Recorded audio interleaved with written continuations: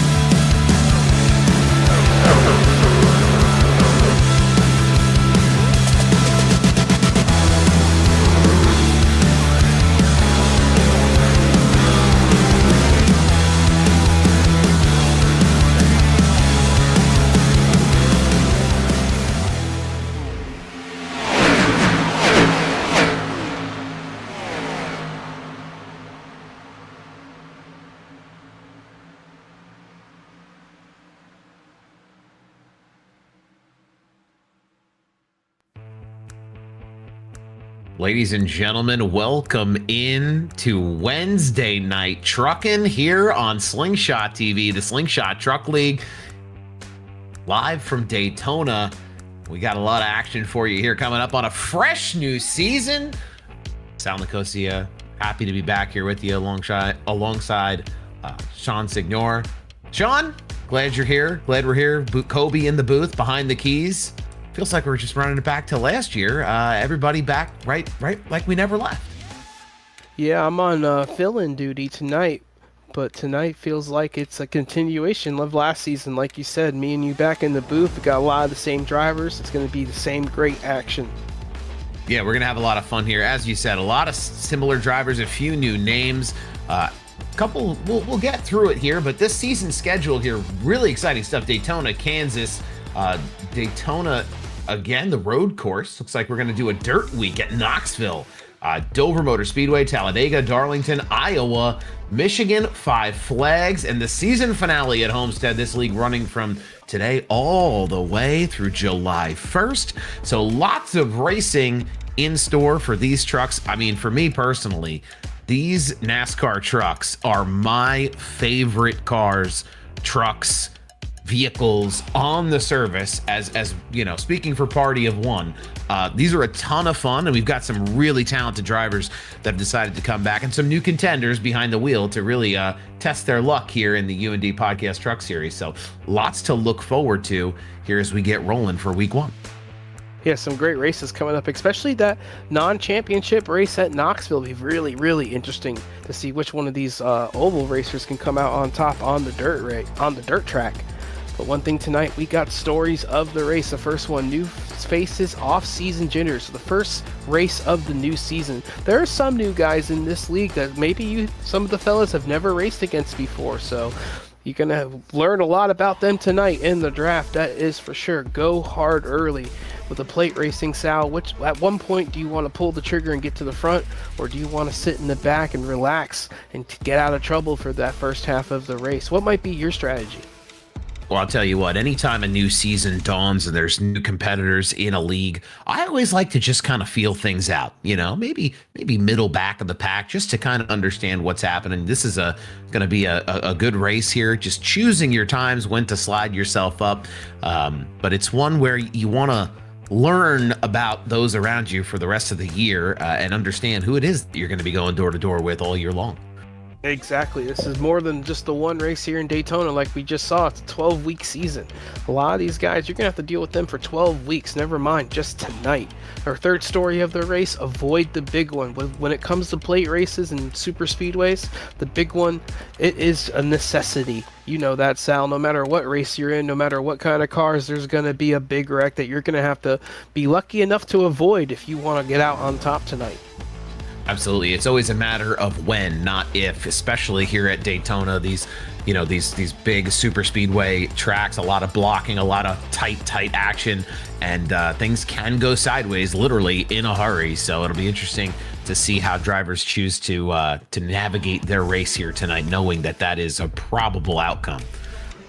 We'll be looking out for that at any point in this race as well. It can happen on the first lap, could happen on the last lap, that is for sure. And our last story of the night, it's going to be green flag pit stops, how crucial they are here at Daytona. Nailing that pit stop, if it comes down to a green flag stop, will win and lose this race for somebody.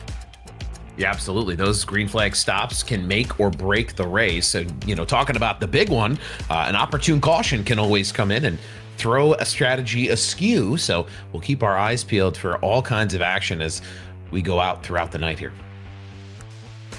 Yeah, most definitely. I think tonight is going to be a great race. A lot of great drivers from last season coming back, and we got some new talent out there on the racetrack as well.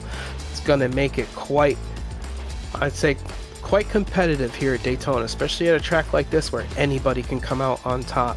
And with that, I think we're going to step away and get to our national anthem and be back with our starting grid.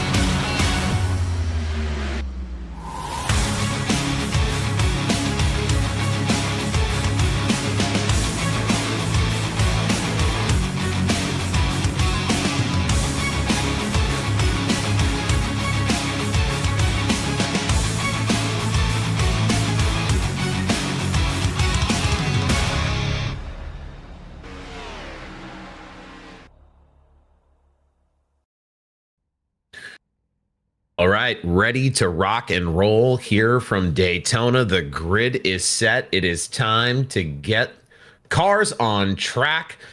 Saw a lot of good action in the practice session as well as some of the qualifying here, and we've got our grid forming up now right down on pit lane. Row number 1, it's Braxton DeWeese starting on the pole with Kyle Herzak on the outside in that 15 car. Row number 2, familiar face, that yellow number 70, 0770. Keep an eye out. It's Aaron Smith. Greg O'Berry in the number 4. Jacob Phillips and Scotty Sobzak, 2 familiar names, restarting in this season here in the trucks. Row number 3, side by side. Row number 4, we've got Chris Smith and Josh Ward, two of the best in the business here from our O'Reilly season last time out, ready to get things rolling. Row number 5, it's Steve Vest in the 60, starting alongside of Jimmy Moore. Row 6 on the racetrack tonight, Clay Sampson in that 7 truck, a new face to the series, and Patrick Colby. Saw him be quite aggressive here last year at Daytona. He's somebody to watch tonight, starting in 12th. Jesse Fox in the 69, starting 13th. And Evan Pienta going to be our driver riding on board with the heart rate monitor tonight. He's going to be starting 14th in that 55. Johnny Rapp, number 52, one of the mainstays of the series. We all love Johnny up here. He's going to be starting in the 15th spot. Ryan Jones next to him in the 91. Ryan Hinkle in the 21, starting 17th tonight. And Kenneth Gallman Sr. starting in 18th. Ellis Thomas, our buddy, our friend, he's going to be starting in the 19th spot tonight. Saw a great season out of him in the O'Reilly's cars last time around. Hoping for another one out of Ellis this time. We also got next to him Zachary Mitchell, another familiar face, starting 20th. Row 11, we've got Brandon Ayers back for more, alongside of Randy Gross. Kenneth Gallman in the 71 on the inside of row 12. On the outside, it's Jeffrey Parker. Tom Lickert and Paul Thomas make up row number 13. Robert Brobst and Scott Drost, row number 14, getting things rolling here at Daytona tonight. And it's Laura Wiseman, again, another familiar name, back for more here, alongside Nathan Gentry in that 15th position. Brian Brose and James Danforth line up in row number 16. It's Chase Barry and Brad Compton, row number 17. Nick DeCesare, Patrick O'Toole in row number 18. That'll round out the field for us here. Rounding out the field and rounding out the pace lap coming to the restart zone. The start of the new season is underway. Braxton DeWeese getting a jump. Kyle Terzak behind him. And Sal, I think that is the start of what's shaping up to be a great season here at Slingshot Racing. Absolutely. These drivers taking the green flag here at Daytona, underway for another exciting season in the Slingshot Racing League. We've got a lot of races to decide who's going to be the champ here in the trucks. This is going to be the first lap of a long year for these drivers as we see Terzak, getting a big run. Yeah, O'Berry behind him. Yeah. 2 new names to the season, 2 new names to the league right here, the 15 and the 4, but O'Berry going to get to the outside. Didn't want to sit behind that 15 going into turn 3, makes a move to the outside. 15 goes back down to the bottom in front of Braxton. Not something Braxton's used to, having trucks in front of him, but coming to the line to lead the first lap of the season. I believe it's the 4 truck. I believe so. Greg O'Berry in the 4, leading the first lap here at Daytona. Yeah, these two lines going back and forth here. You see Braxton DeWeese, somebody we called a lot of times winner in the O'Reilly cars last time out, given that 15 of Terzak a big push, trying to make a little bit of real estate. This is a long race, so it's going to be a matter of when you want to make your move. 70 laps here tonight at Daytona, but you see that 8 truck and that 15 almost in tandem here, and Aaron Smith, a guy who we've seen be fast just about everywhere. I recently discovered Aaron Smith's Instagram, where he takes the cars around the Charlotte rally cross track. The guy's if you ever had doubts that Aaron Smith was a wheelman, check that out, because it goes beyond comprehension with some of the things he does on there. As we see Braxton Deweese slide up to that top line, slotting in front of Greg O'Berry, newcomer here in the trucks here at Slingshot Racing League. Braxton going not up going to to want to that wait. top. And Braxton getting to the top, trying to get around the 15 truck. Saw that little bit of an opening, but we also saw the top line struggling just a little bit. Braxton gets up there, it starts rolling a little better. And now the 15 and Kyle Terzak, he's going to have Aaron Smith on his back bumper. And like you said, Sal, there's no doubts some of the content with Aaron puts out there that he is a wheelman. But he's just one of the many out here tonight. Quite an impressive field, as they are about 2 wide for about 25 rows deep all the way through the field. Everybody nice and orderly, playing nice. Looks like they're under the pace lap still. But at the line, Braxton Deweese got a truck link now over the 2 behind him of O'Berry and Terzak. He's going to choose that top lane. Getting that moving along pretty good right now.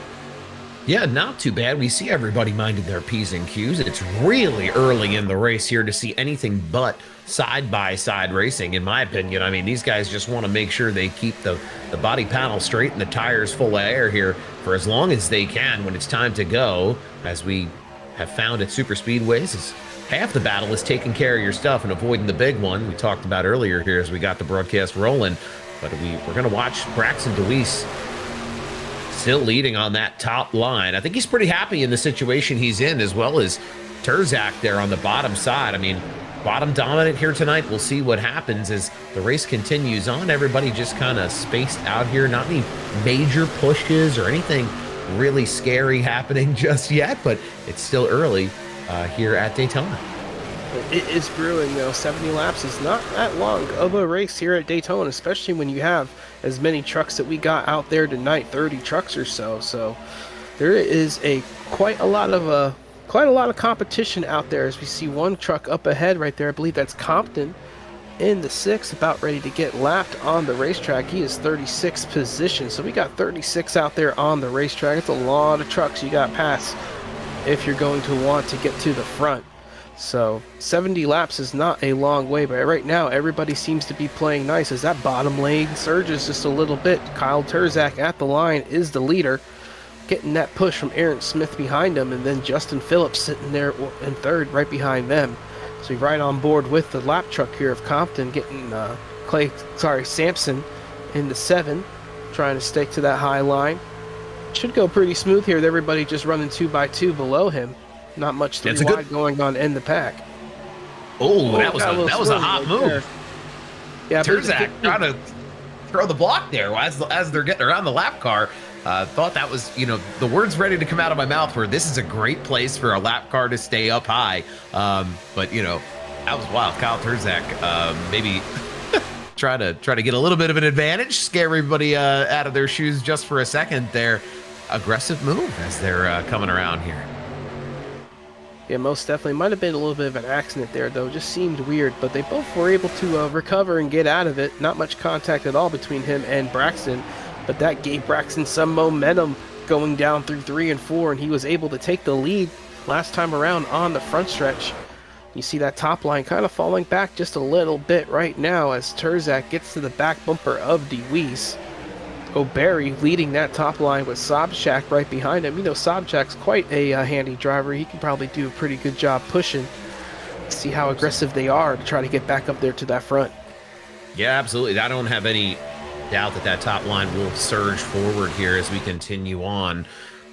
But it is Braxton Deweese in control right now. Kyle Terzak behind him, Aaron Smith, and then 4th row back, it's O'Berry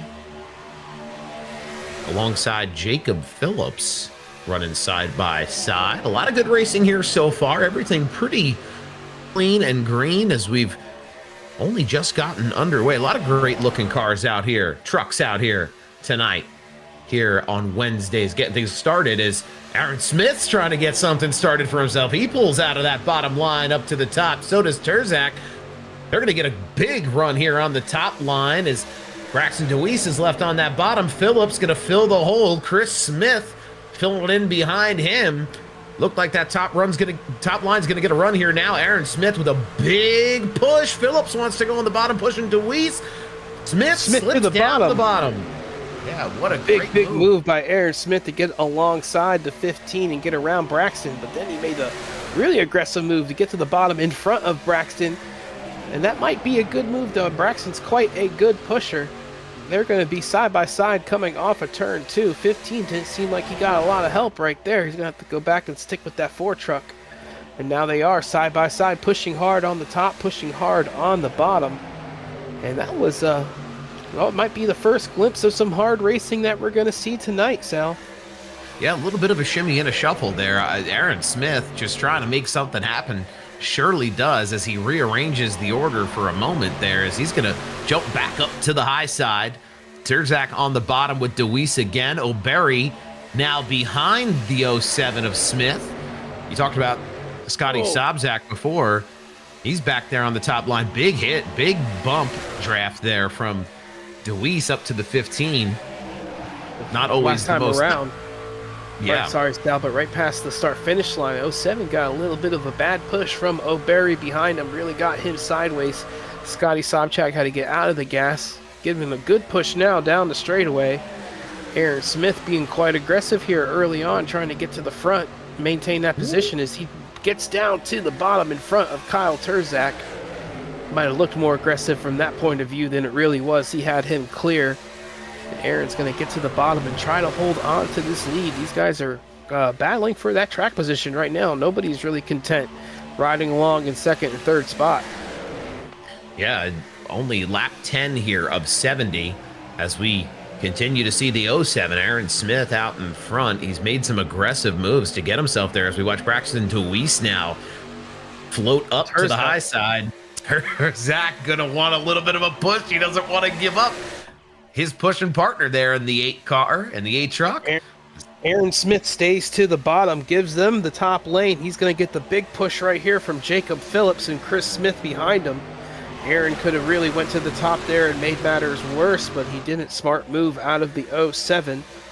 That's going to allow the 15 to get down in front of him, but Braxton's going to get the run on the top side with O'Berry behind him, and here we are side by side for the lead again with a new batch of leaders. Yeah, and it's, as we see O'Berry there, floats up, grabs a little bit of the wall as he was coming through the tri-oval there. Terzak now giving the 8 of Deweese a big push. Everybody sorted themselves out here. We got a big run on the bottom. You see Aaron Smith now urging forward that bottom line, getting a good run of speed through the corner. As we get onto the backstretch, everybody trying to do a little bit of side drafting, a little bump drafting. But it's Braxton Deweese and Kyle Terzak working together as much as they can right now, pushing through the corners, through 3 and 4. A lot of speed up here with our leaders at the front, but a lot of time left in this race. I mean, 70 laps feels like it's long, but it's in the side of the car, it must feel like a lifetime. But to us here, this one's going to go by in the blink of an eye. So track position, you don't want to miss an opportunity as Terzak floats up to the top there. It's now Aaron Smith and Braxton Deweese again paired up on the bottom, pushing themselves through turns 1 and 2 here at Daytona, continuing to see who can spar for this track position. This always valuable track position here. Yeah, lots of iron hot racing so far. Right now, this battle for the lead's been pretty intense, while the back of the rest of the pack's been pretty tame and pretty orderly so far. Don't think we've seen much 3 wide, if any, at all. And so a lot of the guys back there just biding their time, doing what they need to do, and they're watching what's happening up front right now, because right now anything can happen with how hard these guys are racing for the lead. Just want to give a quick shout out to some of our chatters in the chat box. McNeil Media, let's go O'Berry. It's me happy. Let's go 87. Let's go Skidmark Motorsports. Man, that's quite a name for a racing team. Braxton Deweese, here we go, baby. Let's go, Braxton. You can't root on yourself, buddy. And Tominator going, go 99. Now, if you guys are in the chat, keep going tonight. We have a giveaway for you. Going to be giving away a Todd Gilliland diecast A&W root beer. Who doesn't love A&W root beer? About as American as you can get, unlike mug root beer, which is un-American, you ask me. So if you want to put yourself in the running for the Todd Gilliland giveaway tonight. Keep on getting in that chat box and engaging with us. We are here watching, and we are here enjoying it with you. Yeah, we're going to enjoy a lot of this race here tonight. I mean, we're still continuing to see a hot battle up at the front here as we see Terzak jump down to that bottom line. A big push from O'Berry coming right before that. Bottom line going to get a little bit of an advantage here as they surge ahead. Terzak by about a car length now as Deweese pushes him out. It's a 97 Scotty Sobczak now getting up into the bumper of the 4 as O'Berry getting a big push there. Braxton Deweese doing the best he can now just to push that 15 out as far as he can. They're drifting, riding in the middle lane here. Aaron Smith just kind of sitting back, watching this all unfold. O'Berry getting a big run on the outside.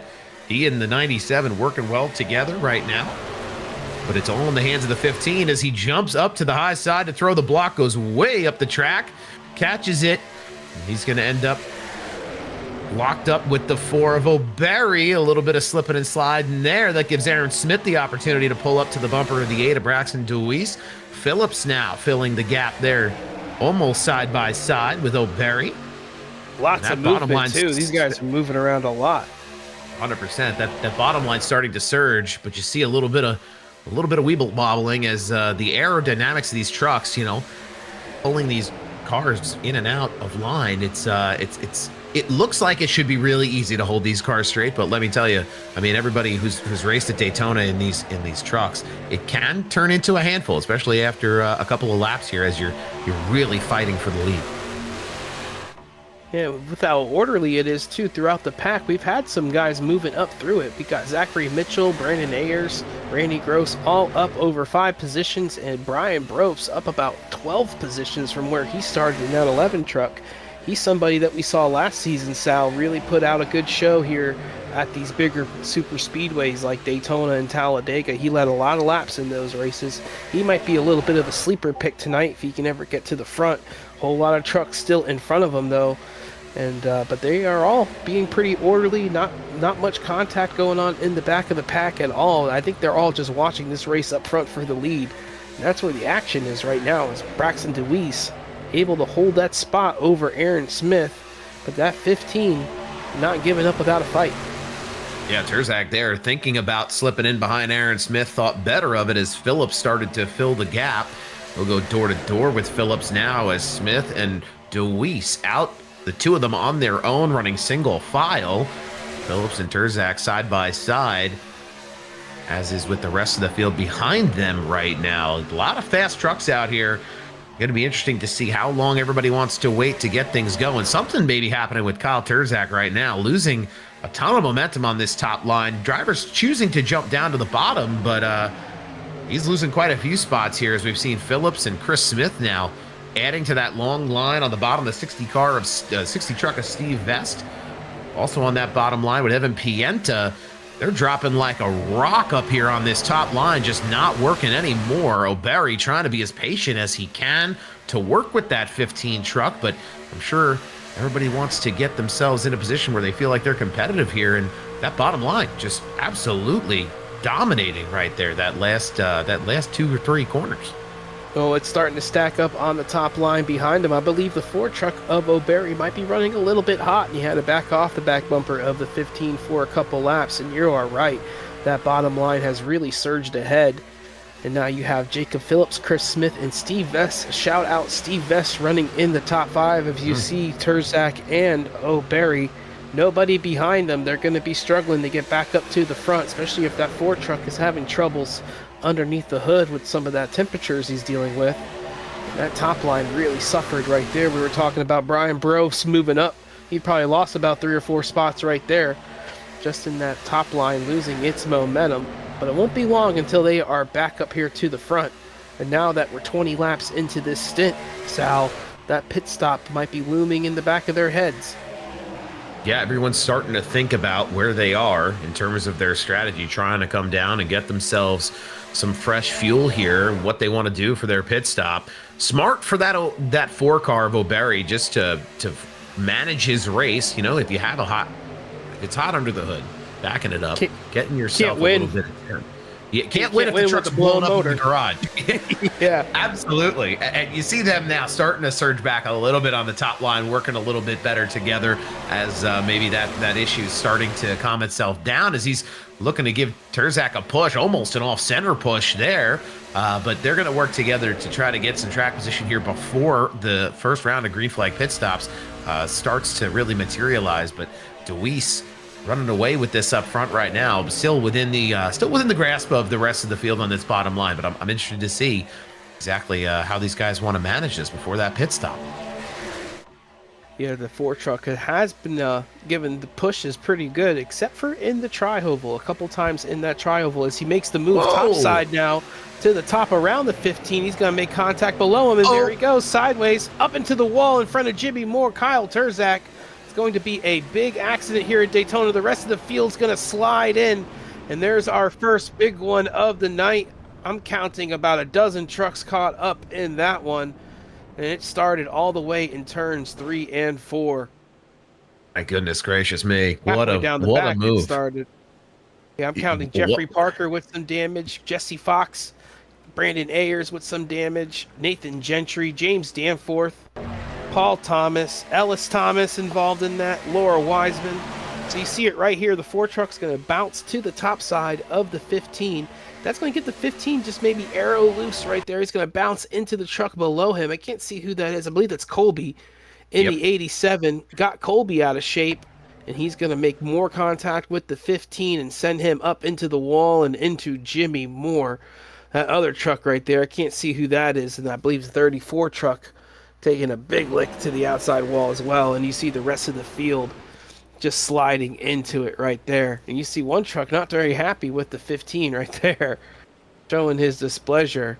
But man, that was a hell of a hit. You might want to go on board with some of those trucks in the back just to see how, sliding in there, because they came down right in front of about 15 to 20 trucks, maybe the 21. It felt like it was a hornet's nest there for a minute as they were trying to bob and weave. Watch Johnny Rapp in front of him. He's following Johnny Rapp right here.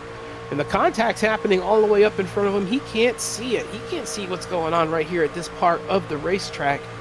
And next thing you know, he goes down into turn 3. And he can't see what's happening just yet. You might see a little bit of smoke getting into the brake.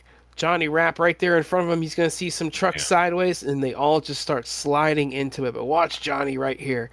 Cranks it hard left, gets to the apron, and drives right on through it. While the rest of them, even this 21, getting a big bunch of air, getting hit from behind. He's got trucks coming in behind that can't see it. That's how the big ones happen here at Daytona. It's so hard to see what's going on, and all the way up at the front of the pack, the guys that wrecked, they were racing second and third position getting into each other. As you see the whole field come down onto the pit road, top off on fuel, and maybe take a couple tires. I still believe they're going to be short. So green flag pit stop still in the cards for tonight. But the first big one is out of the way, and that was certainly a big one, Sal. Absolutely. I mean, the middle back half of the group here tonight, these 35 some odd competitors getting caught up there. Johnny Rapp, though, what can we give Johnny Rapp an attaboy? I mean, what a move to pull him up in here real quick, man. Yeah. If he's got the time, we can dial him up. Absolutely. He's got the time now, whether he likes to or not. Hold on. Johnny, it's Sean and Sal up in the booth. How did you get through that? I don't think I got through that. It looked like you did. How much damage did you get? I got about 13 seconds, something like that. You got through it, if that's the case. Yeah, you made out pretty good compared to the rest of them. Yeah, it was kind of like the wreck that you didn't think actually was happening. We were all so locked in on our, kind of fuel strategy and just where we were riding, and it was like, oh, this is really happening. So there was a little bit of ARCA braking, maybe a little bit from myself too. That might be how I got the damage, but yeah, definitely luck more than anything to make it through that thing. So what's the plan now? How much fuel you got on board, and what are you looking at for the rest of this race to maybe get to the end? Yeah, so I think I had saved enough, but Right now, it's definitely a one-stop. I'm showing 35 laps, and now that I don't have to save, it'll probably go down a little bit, getting full throttle. But yeah, I don't know. Try to grip up with my teammates and make a late push here at the end. Stay out of the wrecks if possible, and hopefully we get to talk to you again up here in the booth. Yeah, most definitely. Good luck to you the rest of the way. Hopefully we will see a lot of good, clean racing that we saw so far. Just the first big run striking, getting through it. Johnny Rapp in the 52. What was the name of the team channel you were in? Payday. I got it. You got it. Alrighty, Johnny Rapp in the 52. You guys at home hear from him. Master class at getting through the big one right there. How about that, Sal? Yeah, that was something else. I'll tell you what, there's a lot of fast times and things that get your heart rate up at Daytona. And for somebody like Johnny Rapp, I hope he's not wearing a white fire suit. We have Skid Mark Racing in the chat here on YouTube. Yeah. I mean, Johnny Rapp, maybe embodying that team name here tonight a little bit, as he tries and succeeds down on the grass there to keep it pretty clean. I'll tell you what, I'd be pretty happy with 13 seconds worth of damage from a wreck like that. You saw drivers he checking wants to up. say he didn't get through it. That is a blow to Bull right there. 13 seconds. Humility. Come on, dude. Too humble. He's too humble for us. Yeah. Well, the one truck that really took a beating in that, the 34 as well, is going to be done for the night as with Kyle Terzak, who led some laps here up front. So that's going to be one of our front runners out of the race with that. And then there's just a whole bunch of trucks with damage. But we're coming down to the restart. You chatters get in the box. Got the giveaway still up for grabs tonight. More green flag racing coming up. These guys, like Johnny said, about 10 laps short on fuel. It's going to make it interesting, especially if we get to that pit stop. Absolutely. The pace car is off. It's Aaron Smith and Braxton Deweese on the front row through the restart zone. Aaron Smith with a huge surge forward on the bottom line. He's going to take control as they fire off into turns 1 and 2. Braxton Deweese has Chris Smith behind him on the top line, as we see Jacob Phillips trying to fill that hole behind the 07 of Aaron Smith. Everybody starting to run up as the top line gets that surge. No push for Smith there. Couldn't quite keep it even with the top line. You see O'Berry as well running behind on that camera angle. Behind Chris Smith there, he's got Patrick Colby and Steve Vest in the 5th place position. As we see Colby drop down, thinking about sticking it down to that low line. Steve Vest behind him.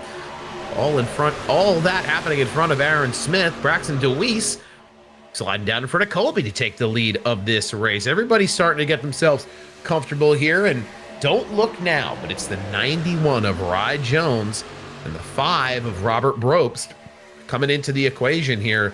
Evan Pienta and Kenneth Gallman also in the mix here toward the front of the field as we see a new group of leaders here. You can throw a blanket over these guys right now as we see Colby trying to push Deweese as he's a little off kilter there, trying to just be patient. O'Berry giving Smith a huge shove out to the front of the field on the backstretch right now. O'Berry now going to jump down to the bottom.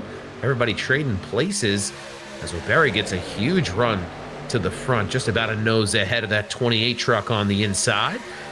Rest of the first time line going to catch up to him.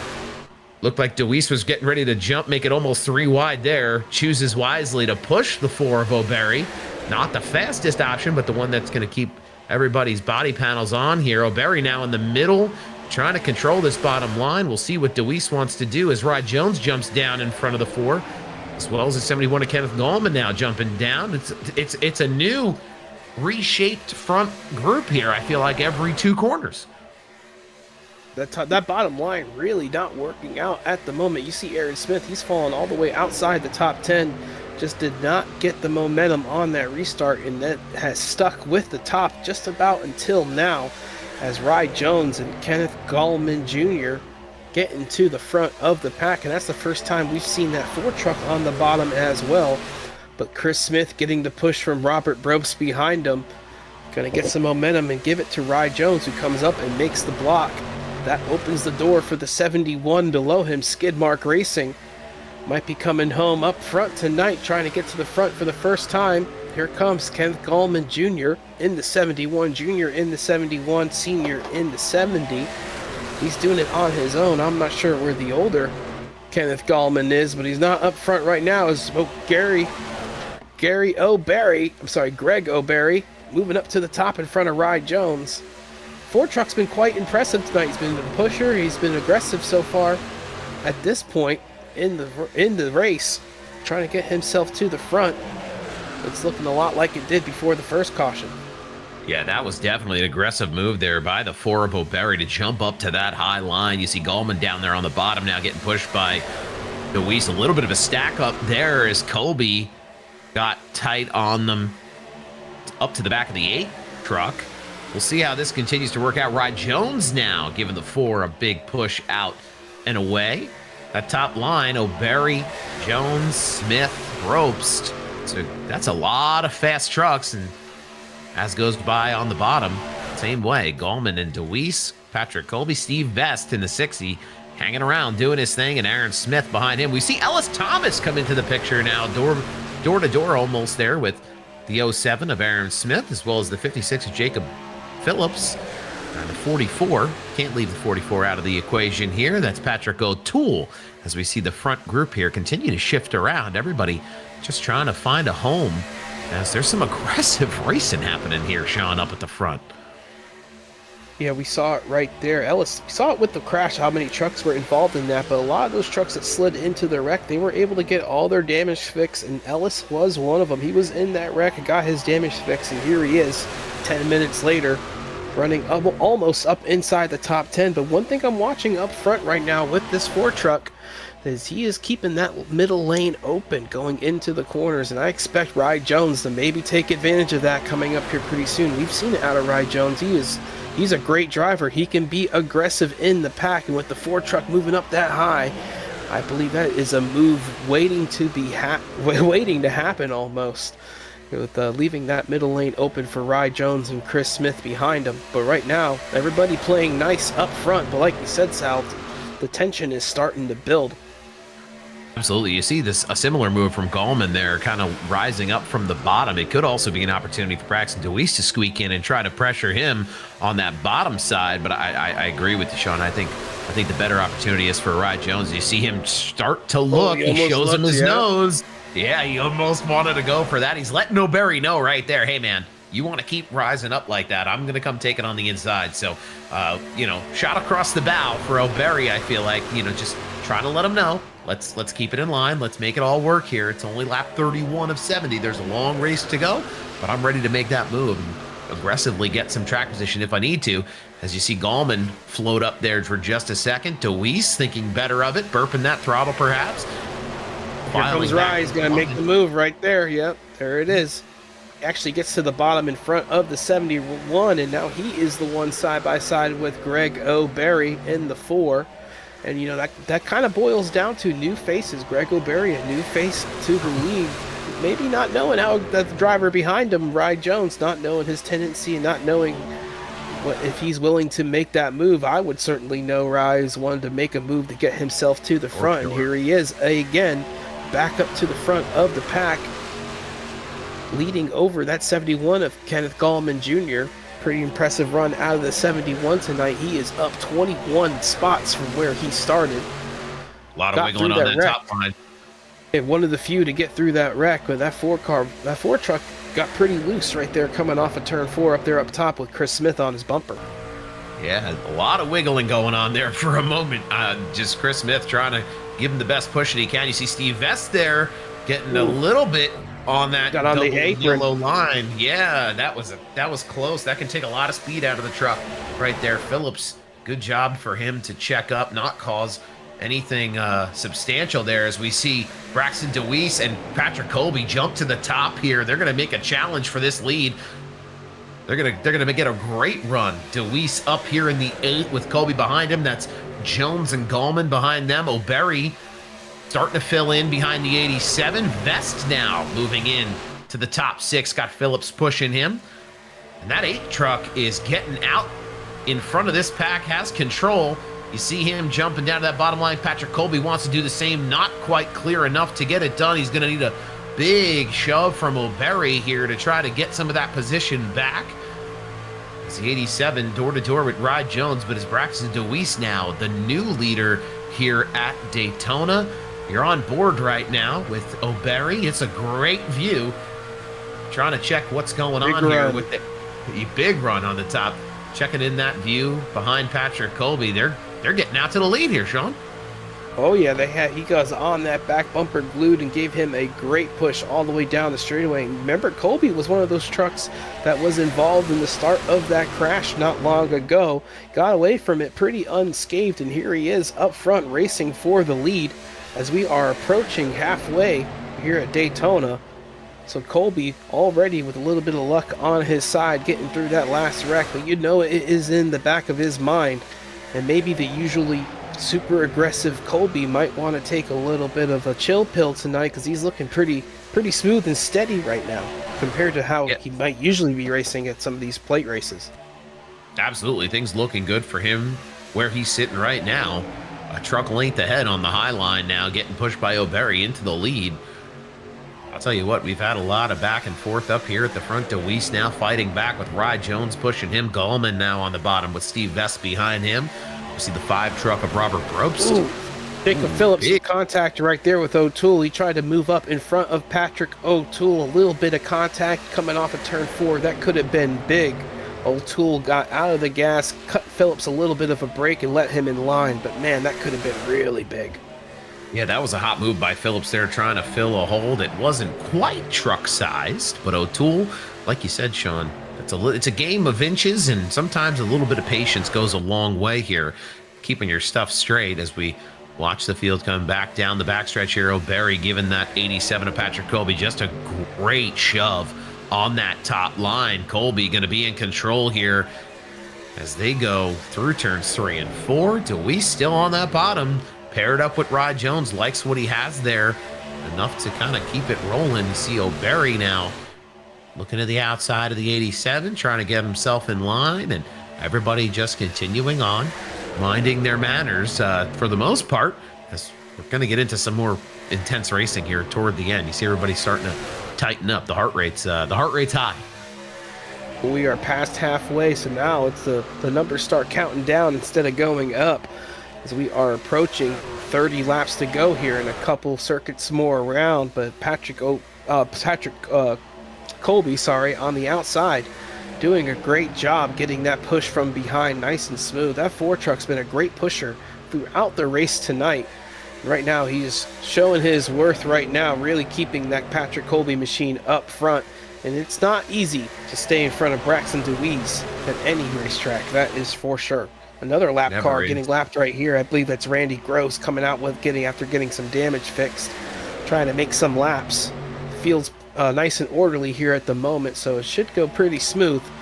But getting around those lap trucks here at Daytona is always a challenge for the pack, as the 4 truck gets out of line just a little bit. Going to try to come down. A little bit of contact with Chris Smith, but there is the victim of the lap truck right there. That's going to be the 4 of Greg O'Berry.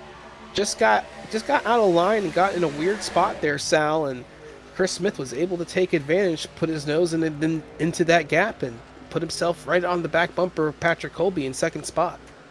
Absolutely. What a great heads-up play there by Chris Smith to see that opportunity unfolding in front of him. Didn't give O'Berry a break, as O'Berry had gotten a little bit squirrely there, getting up to the top line in front of that lap car.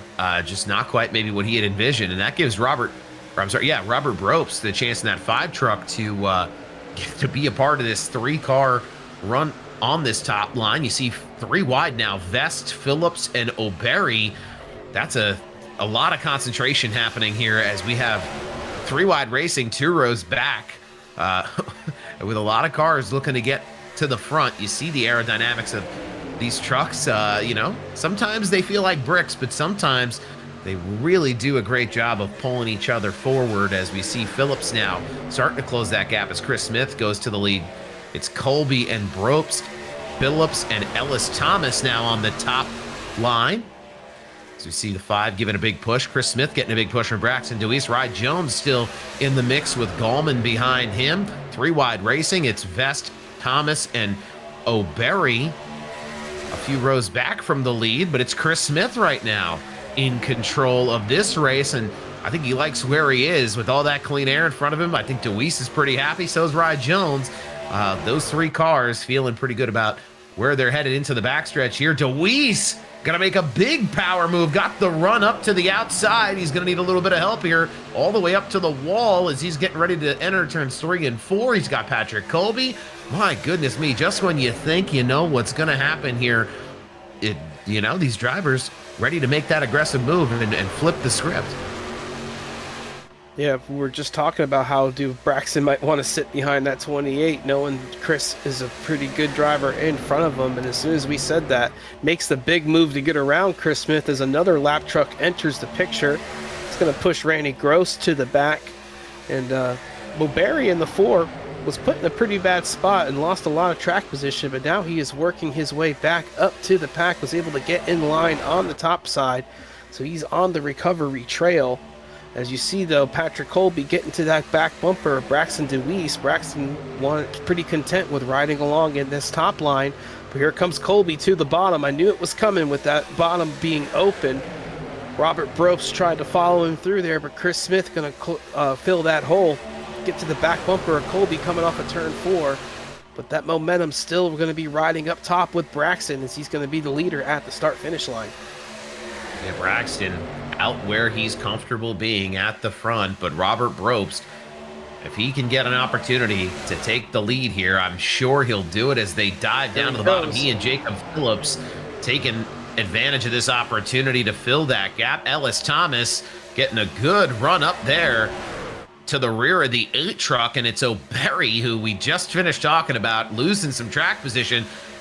Johnny's back up in the top 5 here now after that little bit of a stumble, and it's DeWeese still just barely out in the front, getting pushed along by the 38 of Ellis Thomas. Brobst on the inside, Phillips behind him, Patrick Colby. What a great group. And I'll tell you what, that yellow 07 side by side with Chris Smith in the 28 right now, Aaron Smith methodically making his way up through this group. You never know what Aaron Smith has up his sleeve. Most definitely. And Braxton's done a great job maintaining that track position. He has not panicked when trucks have gotten next to him. He's done pretty much a master class at keeping the track position. When people get alongside him and try to pass him, he doesn't try to block. He stays in his lane, eventually gets the push from behind, and is able to hold the top line or the bottom line and maintain that top 5 spot. Up here in the booth, though, we got Jimmy Moore was involved in that last wreck. Jimmy, how's it going? What happened there, and what was your point of view that ended your race tonight? Yeah, well, thank you guys for allowing me to pop in here for a little bit. I'm fixing some damage, so figured I'd pop in and say, hey, give you a little bit of in-race insight about what's going on tonight. Yeah, no, it was just a really unfortunate incident there for the Undercut Overheard number 12 Ford F-150.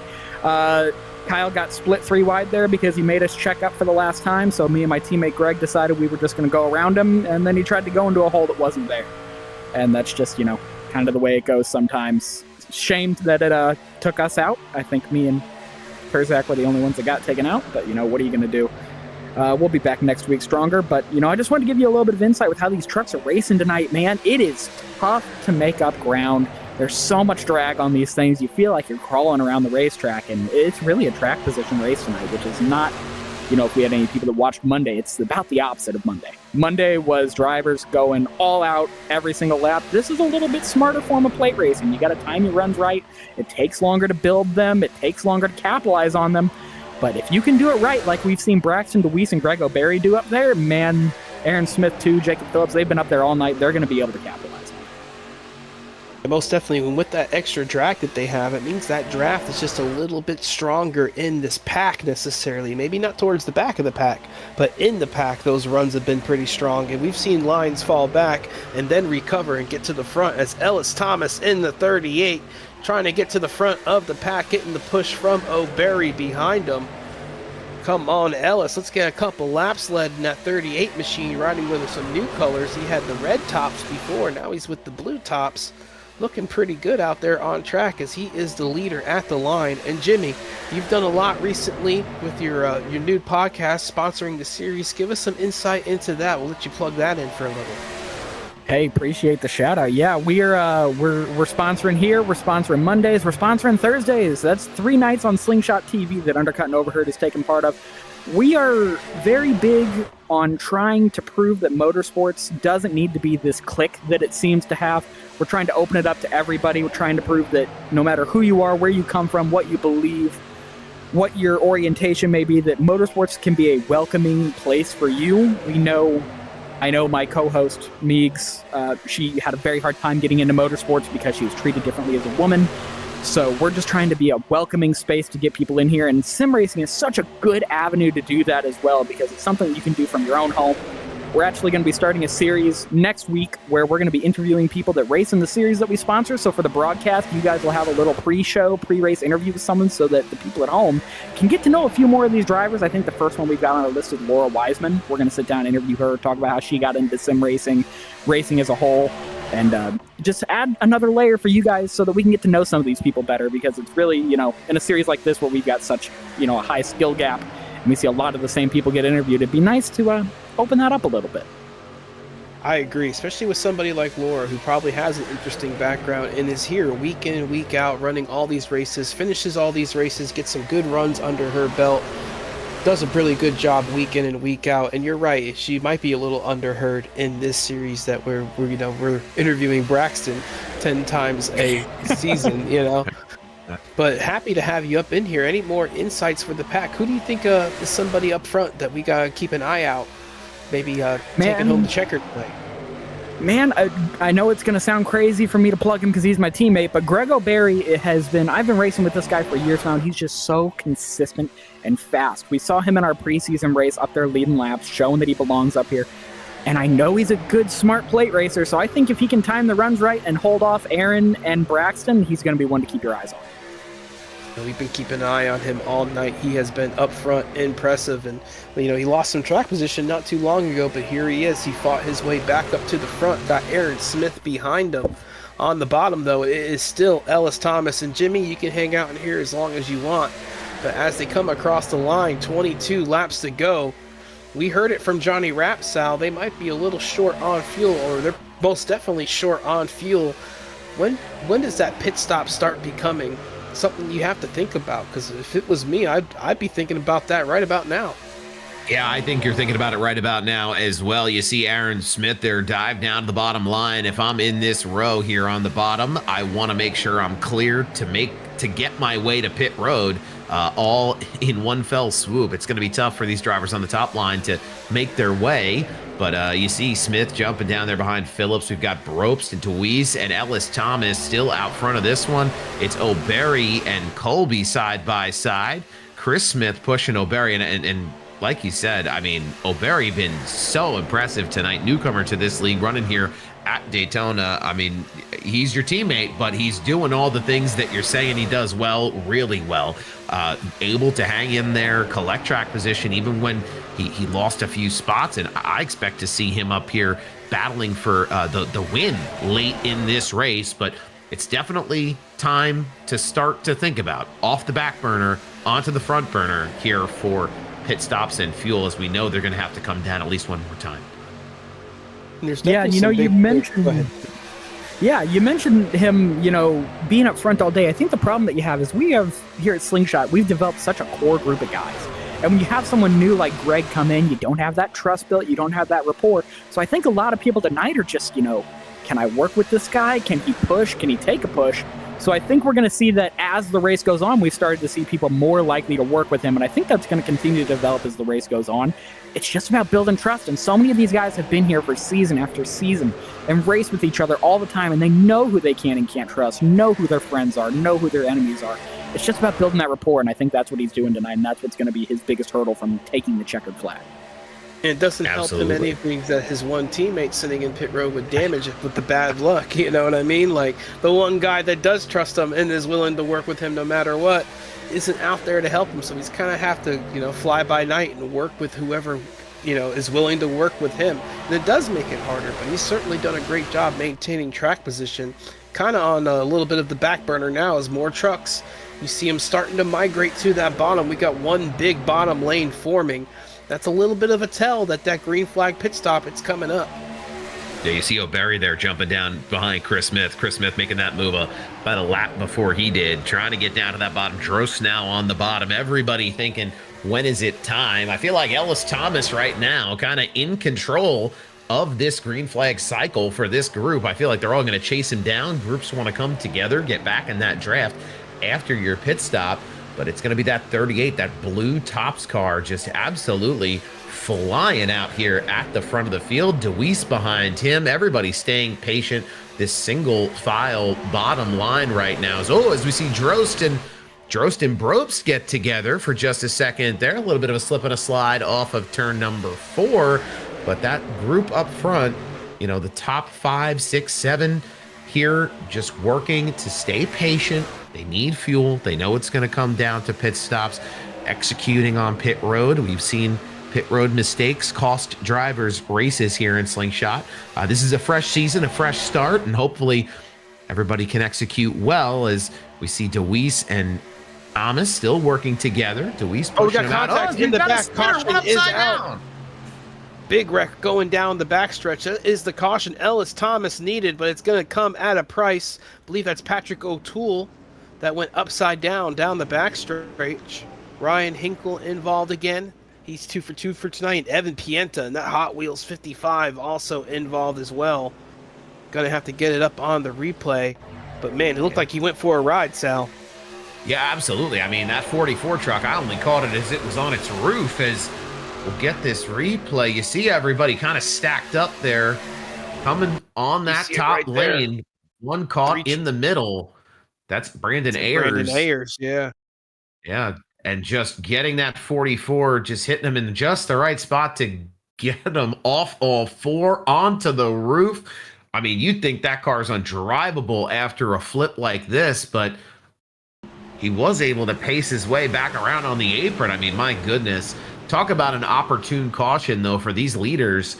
Gonna come at a time where everybody needed fuel. Green flag stops were coming, and here we are. This one's gonna be for all the marbles right here. That's a case of 3 trucks trying to fit in a spot for 2, and Patrick O'Toole and Ayers just make a little bit of contact, and definitely the 44 paid the price for that. Upside down, he's going to have some damage on that truck, able to get back to pit road. Not sure how competitive it's going to be, though, after all that. The 21 with a lot of damage, and the 55 actually got away from that pretty clean overall, so his race is not over. But definitely the caution Ellis Thomas and Braxton DeWeese kind of wanted, leading up front here at Daytona, coming into a green flag stop. It just is an opportunity to make a mistake, an opportunity for other guys to pull strategy on you and get in front of you. So definitely the caution Ellis needed. He's going to be able to come down, make a pit stop, hopefully maintain his track position up front, and then control the race from there. And with the green flag stop, it kind of takes away that control that he's going to have right now after the pitting under yellow. Yeah, everybody here going to have to be really smart about their pit stops. You see him just getting tailed in there by Braxton DeWeese. Ellis Thomas, the leader, we're focused on him as he makes his pit stop. Going to want to be smart and win that battle off pit road, as we're going to see for sure. A little bit of trickery maybe, Sean, as these drivers try to get on and off. Don't need much gas, might as well not take tires. I don't think many of these guys will be taking tires at all. But Ellis, the big loser on pit road. Braxton's going to be able to beat him off. Aaron Smith second. Robert Brobst coming out in 3rd spot. And then it's Chris Smith and Ellis Thomas, the teammates. They're going to be lining up 4th and 5th. So a little bit of a shakeup up here, up at the front. But a lot of new names inside this top 10. Jeffrey Parker, who was involved in that big wreck, has worked himself up into top 10 for the restart. Tom Lickert, Brian Brobst. We talked about him being a sleeper pick here at the plate track earlier in the night. But coming to this restart here with 14 to go, we're going to have a familiar face and a familiar name up front with Braxton DeWeese. Who do you think might have the ability to challenge him tonight, maybe outside of Aaron Smith in that 07? Well, there's a lot of fast trucks up here at the front. I think Robert Bropes is somebody who we've seen in the past run really well at these super speedways. Chris Smith, you can never count out. And the way that we've seen these runs come together, Ellis Thomas led a lot of laps in that 38 truck. I mean, any of these drivers in the top 6 or 8, I think really have a chance. We're getting an opportunity to see Jeffrey Parker here tonight, someone that we haven't really talked much about, is really methodically worked his way up into the top 10 in that 19 truck. I mean, you could throw a blanket over these guys as they've been running in formation. So we'll see exactly who it is. But Braxton DeWeese, familiar out at the front. It's going to be a real battle between he and Smith. But yeah, some great competition as they look to get back under green here. Just a couple of laps. Yeah, I mean, and with 14 laps to go, the chances of another caution and another incident, they're going to go up astronomically. And the tension is building up for these drivers. They're going to be going balls to the wall here with just so few laps to go. And there's still a bunch of trucks out here on this racetrack. We've had one big wreck, but most of those trucks are able to get their damage fixed. And you see it on the camera right there, scattered all the way to the back of the pack. There's still 25 different drivers that can win this race. Wouldn't you say, Jimmy? Absolutely. I mean, you're not out of this thing until you're out of it. I am out of it, by the way. My damage was too much, so I've decided to just hop up here for the rest of the race in the booth with you guys, have some fun. But yeah, I think, you know, I talked to Robert a lot during the races. He sits in the chat with us. He's hungry, especially after the way last season ended on kind of a bad note for him. I think that he's definitely one to keep your eyes out for. I think he's going to be hungry. Aaron Smith is always the most aggressive guy you'll ever meet. Braxton on Monday was making some moves like he wanted to win. You know, I think that, I mean, I'm looking at the top 10, top 15. There's no one you can count out. I would have to agree. And, you know, you just said Braxton makes the moves to try to get to the win. He makes them week in and week out, Jimmy. You know that. He's one of those guys. He wins about a third of the races he runs. So, if anything, Daytona and Talladega is an opportunity for one of these guys in the pack to steal a win from Braxton and maybe get some points, a little bit of a buffer for the championship over that 8 truck that they know is going to be someone they're to deal with if they want a shot at that championship. Yep. Anyone who wants the checkered flag for this season is going to have to go through Braxton DeWeese. So I think that if you can knock him off tonight, just to, you know, keep him that little bit behind, that could be a game changer for your entire season. Not to mention the momentum that you'll have coming off of this as we're getting ready to take the green flag. You have 14 laps to go, Sal. It's going to be, so there's going to be some tension. There's going to be some moves. It's going to be crazy right here. Yeah, crank the temperature up. The caution lights are off. The pace truck is in, and it's Braxton DeWeese and Aaron Smith on the front row, getting a great restart here. The 8 and the 7 leading this field. Everything looking pretty good so far on the restart. No trouble just yet. Everybody being patient as we see that top line surge ahead, and it's Aaron Smith now out in front to the lead. A big push there by the 28 of Chris Smith, getting him ready for that big move to the bottom as we see Phillips now pushing Smith. We've got the 5 of Robert Bropes now behind Braxton DeWeese. Colby and Ellis Thomas side by side. The 11 of Brian Bropes and the 19 of Parker as well. I mean, this is shaping up to be a barn burner of a finish as we see DeWeese getting right up to the bumper of Smith through the corner. Big push there as the top line surges ahead. Chris Smith and Jacob Phillips working together. That top line making a move. Chris Smith, will he decide to stay up high, commit to the top line? Or will he get just enough space to slide down? Not quite enough there to decide if he wants to do that just yet, as he's going to lead that lap. The 28 of Chris Smith, been a great contender here at the front of this field all night, just shuffling, doing everything he can in and out with a handful of these other drivers that have been at the front of this pack consistently. This group just... a lot of veterans here in the Slingshot Racing League here in this group right now. The Smiths, though, leading everything out in the front as we head through turns 3 and 4. Is still in control. Aaron Smith and Chris Smith up front. And we've seen a little bit of a trend tonight with that bottom lane struggling on the restarts. If it comes down to a late race restart, you might want to start on the top for that first lap and a half. There really is a lot of momentum up there compared to the bottom. And, you know, 2 of the best drivers in the field tonight were not able to keep up with that top lane for that lap and a half, but now they've been able to work up to the front and get momentum to the bottom. Robert Brost and Ellis Thomas on the bottom behind them. Ellis kind of wants to get to the top and work with the 28 and 56 if he can, but he is just kind of locked in there, nowhere to go. Yeah, it's Friday afternoon traffic right now at Daytona, especially in the position of Ellis Thomas, trying to find your way, just glued to that bottom line with nowhere to go as we see a bunch of cars scattering. Oh, wreck in the back. Got one car turned around up at the top of 3 and 4. See Hinkle involved again, and he's 3 for 3 tonight. Tough night for the 21, but I believe it is Kenneth Gallman Sr. and Patrick O'Toole in that last incident. I have to check it out here on the replay. 42 and 70. Yep, sorry, yeah, it's Paul Thomas, not Patrick O'Toole. Johnny Rapp up there in front of him. I believe he gets a little high into the wall. Contact right there with Scott Drost. Causes just a little bit of a checkup. The 70 kind of moves down just a little bit in the midst of the checkup and gets hooked by the 42. Into the wall they go. A couple more trucks behind them involved. And just another one of those late race cautions here at Daytona. We said it was coming. Not as big as it could have been, though. And it didn't happen up front. But definitely going to be another little bit of a reset to this field. We're going to be looking at a restart with about 7 laps to go. It's like you said, Sean, these late race restarts, this is one of what could be a few here as drivers start to get more aggressive, as things start to change on track for guys who want to start to get themselves toward the front of this field to compete, for a good opening finish to this season here in the trucks, here in the Slingshot Racing League. I mean, well, it'd be interesting to see how patient everyone chooses to be now after another caution, but yeah, really good on those guys for holding it up high and everybody kind of squeaking by on the bottom, saving a lot of trucks. Not another big one like we saw earlier in this race, but the front of the field relatively unchanged as we see Aaron Smith, Chris Smith, Braxton DeWeese, Robert Brobst.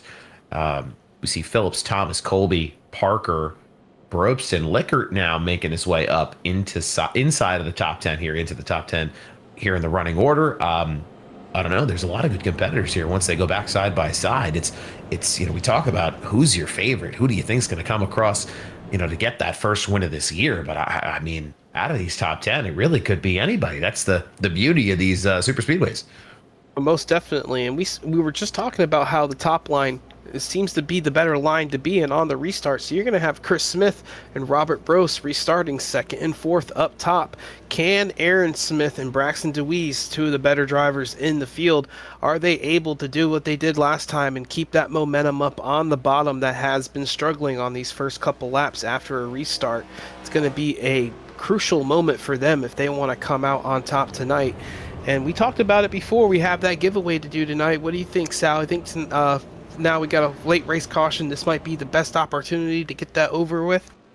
Absolutely. There's going to be a winner in the chat, and this restart could make for the winner here in the race. So no better time to do it than now. I'd say so. So I have my finger on the pulse. I think it's going to go to Andy Mensch. Andy Mensch, ACA 2912. You are the giveaway winner tonight. Please. One of our Monday drivers. With one of your Monday drivers? Yeah, that's one of the Gen 6 Cup Series drivers. Awesome. Well, congrats to him. He's a Slingshot participant. He's a participant in our chat box tonight. He's going to come home the big giveaway winner. He can email the email I will send to him, and we can get that sorted away. Congratulations to him, Andy Mensch, 2912. Yeah, that's a cool piece to take home, add to the collection. Never bad to have a root beer car on the shelf, alongside whatever else you've got. Definitely a unique piece there. That 38 always looking good out on track. So congratulations. Cool giveaways. I mean, we're doing a lot of giveaways this season, I feel like, Sean. Yeah, as we go throughout the rest of the weeks here in the truck series and throughout all the Slingshot Racing League series. Most definitely, it's probably one of the more fun parts of doing this broadcast. Besides the racing, of course, is you get to make someone's night and maybe make someone's collection grow just a little bit, and maybe give somebody their first diecast. I know I'll never forget my first car and my first Lionel diecast, and there are people in this world that just don't have any. They're big race fans, so it's always cool to maybe add to someone's collection. Jimmy, you got yourself maybe a little diecast collection of your own? Boy, do I have a little die-cast collection. Sitting right behind me against my wall, I've got 4 36/24 scale cases. So I'm about I've the got- same. Yeah, I got about 400, so I feel you. Yeah, I've got 72 in this room, another 20 out in the garage, all over the place, man. They're just It's an addiction, man. Yeah, it's like you get your NASCAR first heroin. one. You get that first one. I got that. My first was the Ryan Blaney Roval win in 124 scale, and since that I've averaged about 25, 30 a year. God Wow, bless. that's I mean, once the insane. bug bites, it's tough to it's- scratch that yeah. itch. I will say that is a hell of a collection. That's crazy. The worst is when you start pre-ordering them for like random wins and stuff like Yep. that. Like, it's easy when you stick to one driver, but like when you have a driver like Blaney who wins a lot of races, Wins a lot. has a lot of different paint schemes, you're buying 10, 15 die-cast a year, compared to say if you were like Yeah. a Corey LaJoie fan, so sometimes I'm at picking your 46 drivers can be a Ryan bad Blaney thing. cars. Yeah, most definitely. I tried to keep up with the Blaneys when they first started because I'm a Blaney fan too, and I tried to keep up with them. And they Got just real kept- hard back in got 2024. real- Yeah, it got real 23. hard even before that when he first went to Penske, man. Like when he first got in that 12 car, dude, they started making a car every damn week. It felt like It felt coming to like the it. restart now, dude. 8 laps to go, Sal. It's starting to heat up. Yeah, the pace car pulling down to the bottom. Aaron Smith, Chris Smith in that front row.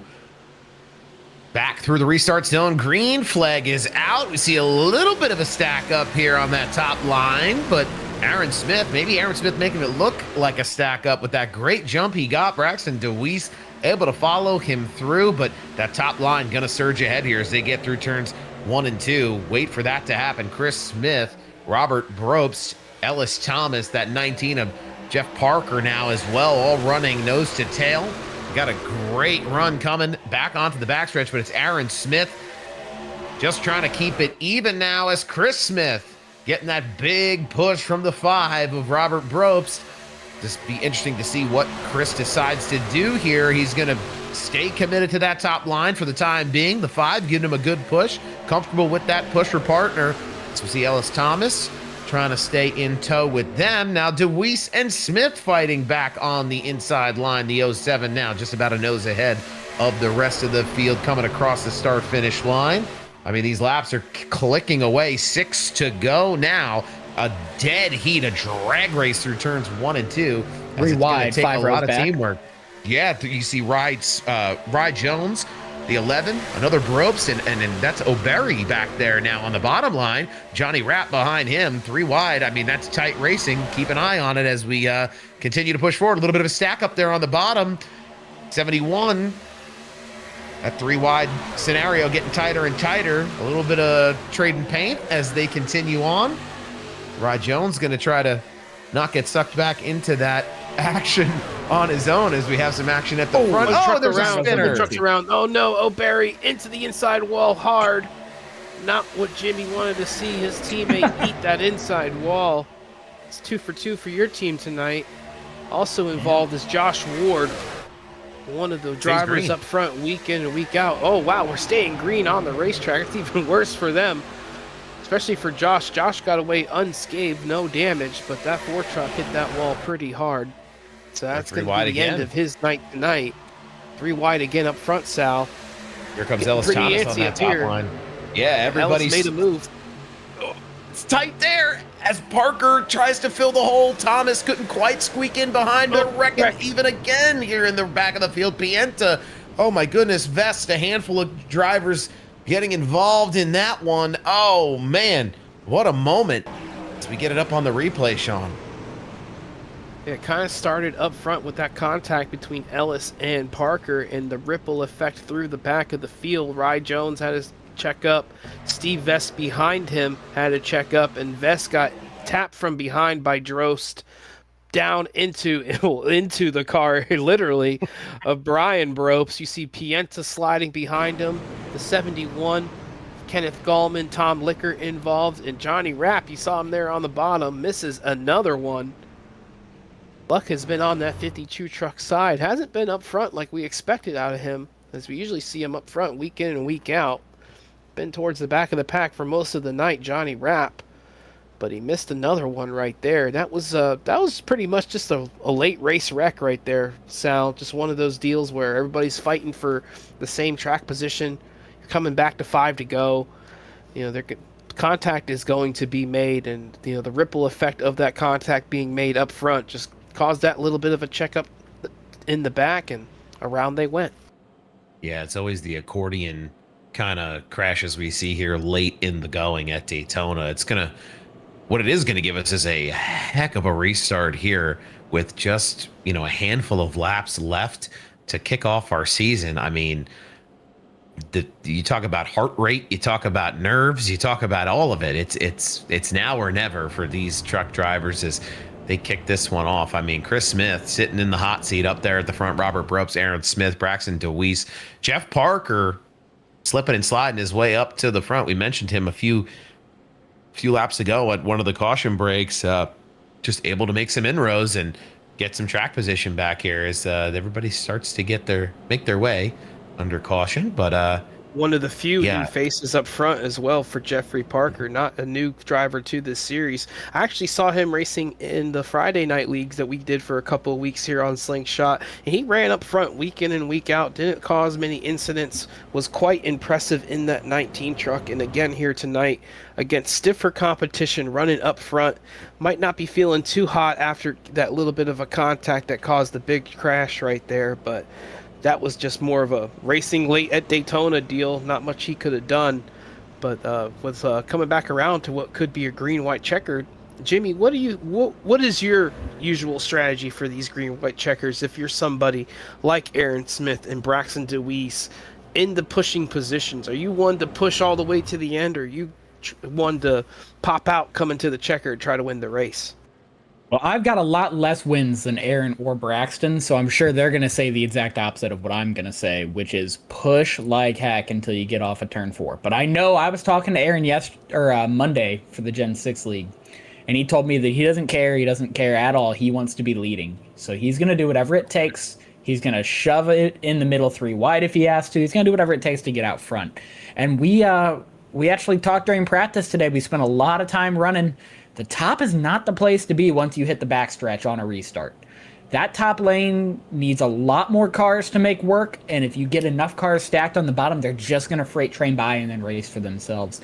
So I think it's going to be about trying to manage, see if you can make that side draft pay off. That side draft works a lot in this truck tonight, so I think you're going to see tighter side drafting than we've seen all night, more aggression than we've seen all night.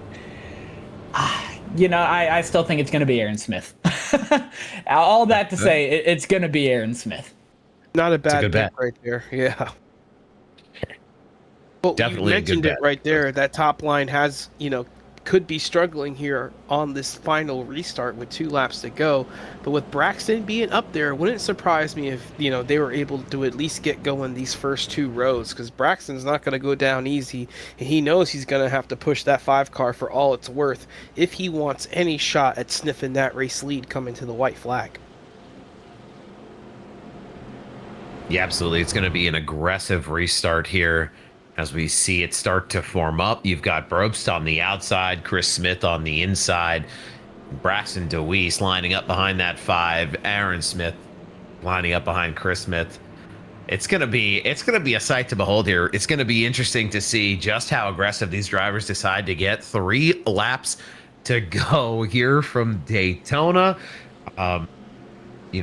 Everything just coming down to the wire in typical Daytona fashion, as everybody's going to have to fight for their life coming across the start-finish line. Remember our season opener of the O'Reilly series last season, and Ryan Rose came away the winner from Daytona, and he started that last lap in 8th position. He took the white flag, and coming off of turn 4, about the whole top 5 wrecked in front of him, and a lot of those same players are in this top 5 right now. So anything can happen.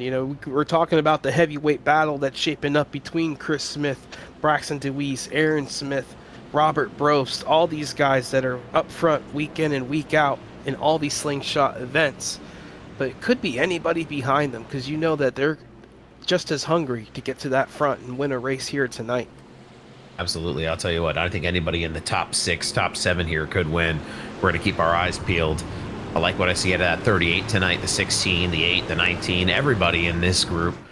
We'll see how they decide to roll the dice here on this restart. You see the pace car coming off. Trucks in the restart zone. Chris Smith, Robert Brobst getting us off to a restart. Chris Smith and Aaron Smith on that bottom. The 5, a little bit of a squiggle and a zig and a zag there as they weren't quite linked up. And the 28 and the 07 going to get out in front of the field.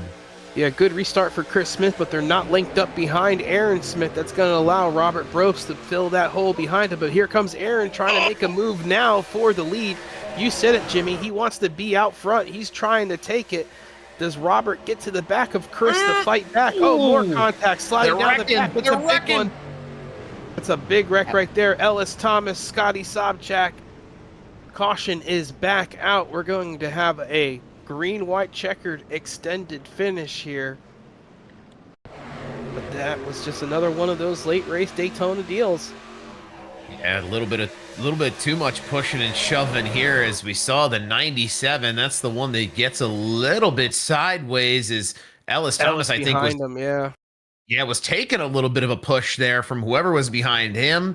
Gets into the 97, not quite squared up maybe, and causes the everybody just to scatter down as well as they can onto that apron and avoid as much mess here as we head to that green-white overtime finish. I mean, if you're Aaron Smith, though, you got to feel pretty good about being aggressive at the front because odds were a late race caution was going to come out like this. So he's going to be in control, as we get in 3 laps to go. It's hearts and mouths time. It's a very typical Daytona type of wreck. Ellis just got a little out of line, and when he did, he got the push from behind, and it kind of shoved his nose through the middle between Scotty Sobchak and the truck on the bottom. Scotty went to block, and away they go. The wreck starts happening, and that's all it takes here at Daytona.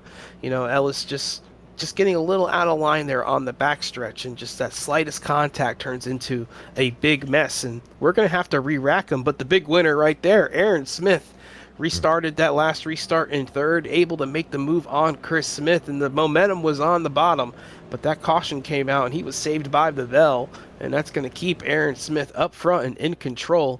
Now, what can Chris Smith do lining up with Braxton up top? That might be the pairing to watch on the restart. Yeah, I mean, for Jimmy, do you want to be leading this race or do you want to be pushing the leader in this situation right now here in the closing stage? I mean, with the way tonight's gone, I think you want to be the leader just in case they wreck again. But I mean, you mentioned how good Aaron Smith there was. I mean, he timed that perfectly. He pushed Chris across through 1 and 2, laid back just a little bit, and then sent it as they got through the corner. That's textbook out of Aaron Smith. And I mean, you give Aaron Smith an inch, he's going to take a mile.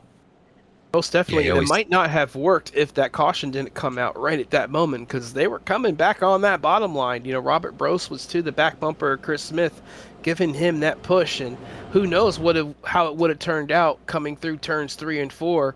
But for Aaron Smith, it looks like the race-winning move right now at the moment, because he was able to go around and take that lead.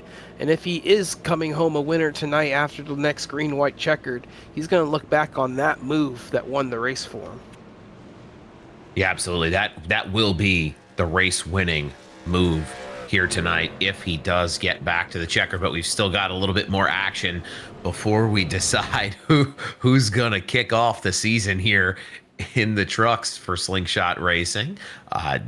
Aaron Smith, Chris Smith, Robert Brobst, Braxton DeWeese. We see Jeffrey Parker, Jacob Phillips, Brandon Ayers. Again, I'll stick to my guns on this one. Anybody in these top 6, 7, 10 even cars could win this one. Depends on how aggressive we want to get at the front. A lot of veterans here in Slingshot Racing League up here at the front know each other well, know how they want to race around each other, and it's a deposit and withdrawal system. I feel like there's a lot of races here in the league this year in these trucks, so be interesting to see how aggressive drivers want to be with one another, knowing they have to come back week after week here. This is just the first of many.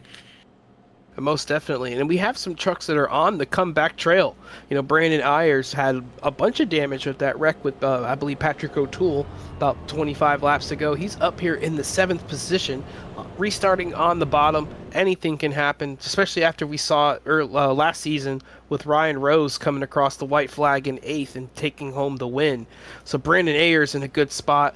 Johnny Rapp restarting 10th. First time we've seen him tonight in the top 10. Typical Johnny Rapp, shows up here at the end after a rough race for the 52 camp. Up here in the top 10 when it matters. Evan Pienta, we saw him sliding down the backstretch not long ago. He's going to be restarting on the bottom in 11th. Anything can happen here. 2-lap shootout, green-white checkered at Daytona. Let's just hope they get it back around for the white flag, and we can race it out to the end.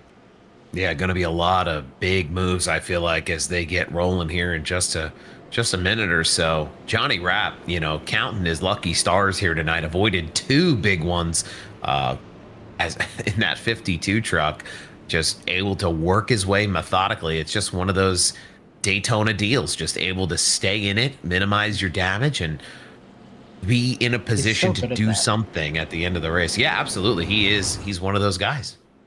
And another thing worth mentioning, new this season, different from last season, 2 attempts at a green-white checker tonight. So if they wad it up this time, we'll re-rack them one more time and go at it. So you really can't count anybody out yet. Anybody in this top 10 could still win this race. I, for one, am excited.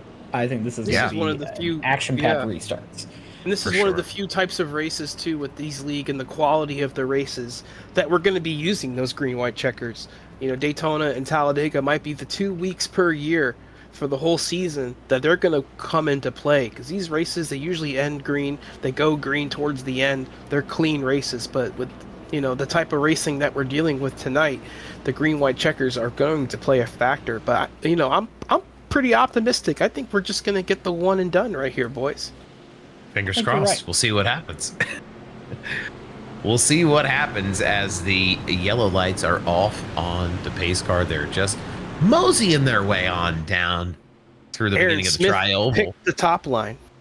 Yeah, that's an interesting choice. We talked about the top versus the bottom. We'll see how it works out. Pace car is off. Chris Smith, Aaron Smith, nose to nose here on the restart. Aaron Smith with a great jump to control car on the outside. He and the 28 running just about side by side. You see Aaron wants to try to clear down to the bottom, not quite enough space to do it. DeWeese now coming up to his bumper. Aaron Smith going to get the push first before Bropes gets to the rear of the 28. That top line, we'll see if they can surge ahead off turn number 2. They get the chance. That top line really tight up with one another. The 7, the 8, the 56, Phillips, Patrick Colby, as Aaron Smith jumps down to the bottom, maybe shoved down to the bottom a little bit there. Oh, the 5 of Bropes a little bit squirrely. Gets Patrick Colby to react a little bit there. It's the front 4 now.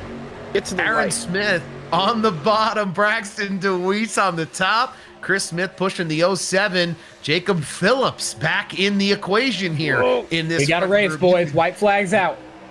White flag is out. You can throw a blanket over these guys right now. Dead heat right now. One truck towards the back of the pack. I believe that's Rye Jones moving to the top, making it 3 wide. Still side by side up front. Chris Smith, though, pushing Aaron Smith out front and clear. Got Robert Bropes tucked in behind them. Here comes Chris Smith to the top. He's going to try to get in front of Braxton DeWeese.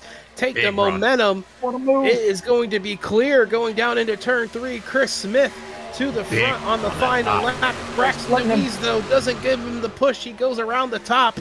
3 wide for the win. Aaron Smith, though, getting the run off of turn 4 with the push from Robert Bropes. Goes up the block. Braxton through the middle. Contact made. Smith sideways. Ding. Who's going to take it at the line? It's going to be Robert Bropes. Oh, my God. They're upside down behind him. Wow. What a wreck. Redemption after that terrible last half of the season that he had last year on Wednesdays. How poetic. Most definitely, Robert, one of the drivers week in and week out, had a tough year in the O'Reilly series last season. Like you just said, Jimmy, coming home the winner tonight in the first race of the season, beating Braxton DeWeese by a nose at the line. We got to get a replay of that. Aaron Smith had it in his hand coming off of turn 4, went up the block Braxton and got turned instead. That was unbelievable racing there through the tri-oval. My goodness. as they were just fighting tooth and nail to get the job done. You saw drivers upside down all over the place. So we see the 11 and the 5 celebrating at the end there, but just absolute carnage coming across the start-finish line. The 5 and the 8 duking it out there at the end. Bropst with just a little bit of an edge. I mean, you talk about how much time. Let's talk about how many inches he won that race by. But that's what Daytona is, a game of inches. And it's that 5 truck, Robert Bropst, who's gonna get the job done. I mean, he's got to feel good inside that truck right now after last year, as you guys were saying. I mean, gonna be great to hear from him here in just a few as he continues to celebrate on that front stretch there.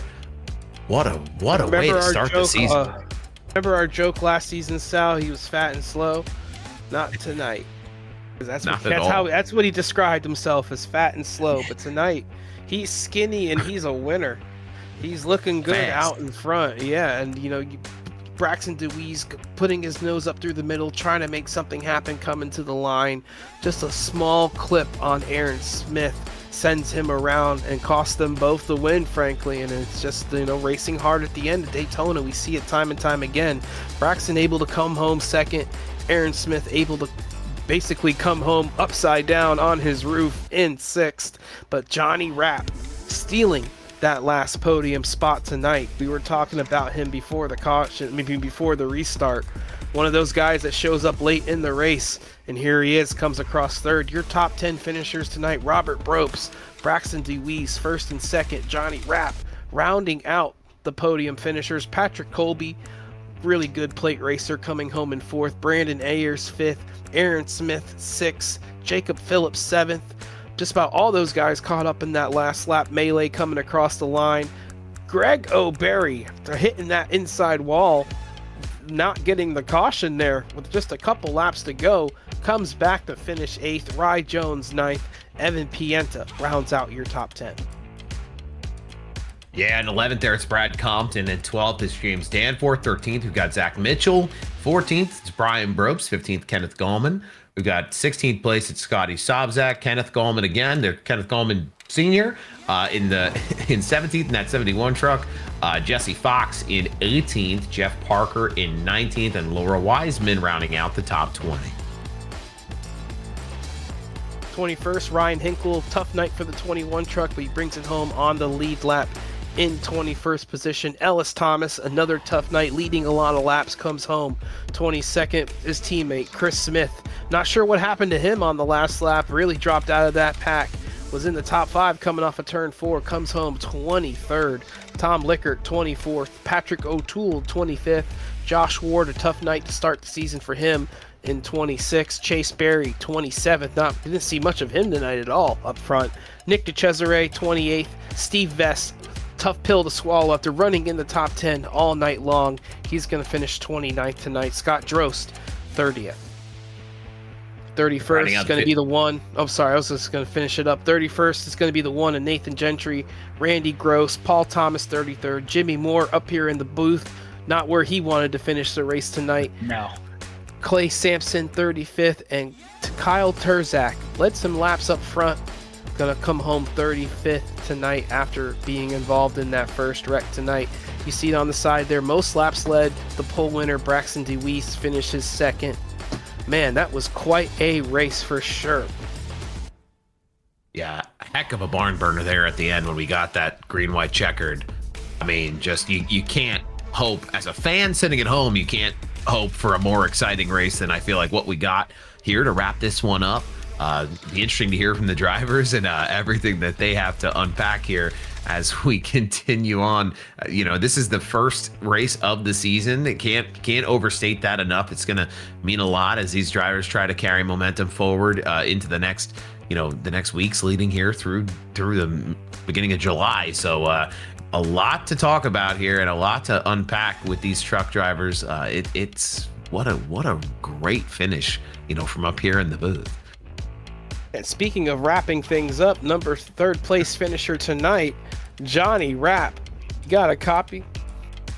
Yeah, I do. I don't know how I managed that, but yeah, here we are. I'm sorry, was I?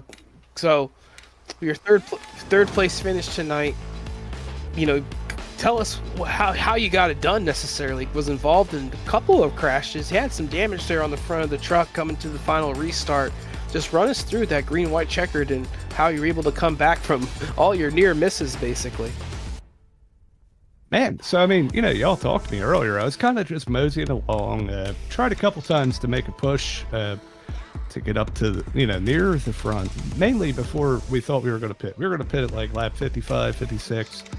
And yeah, I mean, kind of got up a few spots and then there was caution. And man, yeah, definitely got involved in some stuff here tonight. A little bit of nose damage at the end there, I think, but I didn't really get a good look at it yet. But yeah, this able, it was good enough where I could still be up there in the draft. And we got up, we made that third lane work on the restart, the final restart there. And as soon as I seen everybody wrecking, I saw they were going up top, and I just got to the bottom, man.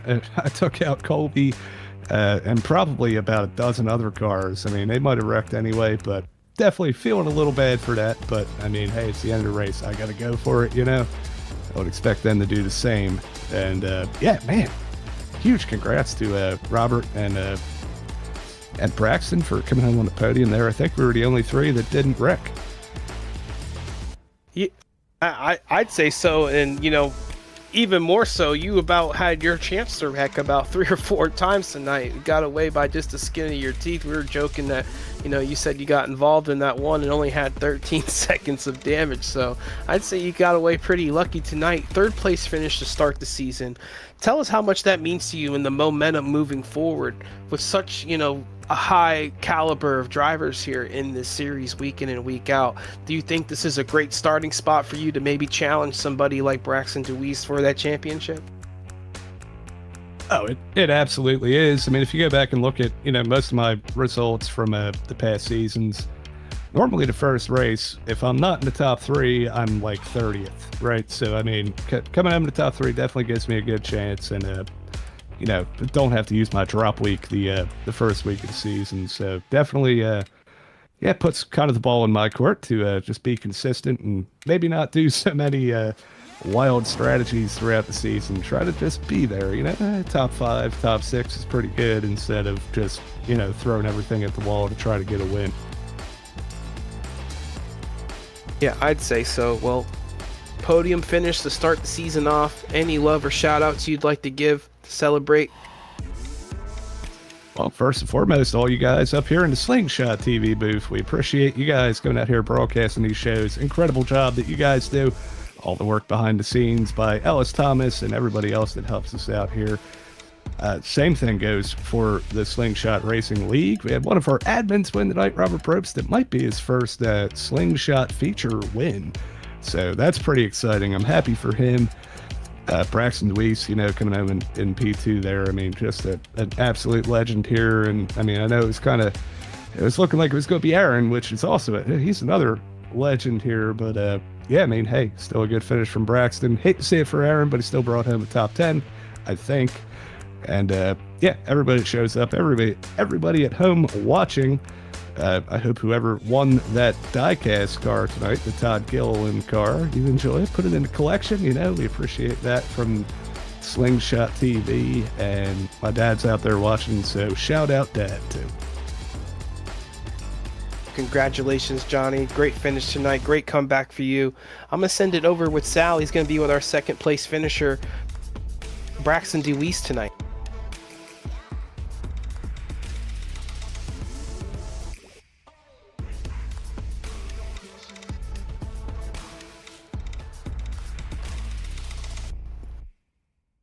Braxton, you got a copy, buddy? I got you. Well, second place to start off. Sorry, Sal, you wanted to interview him, buddy?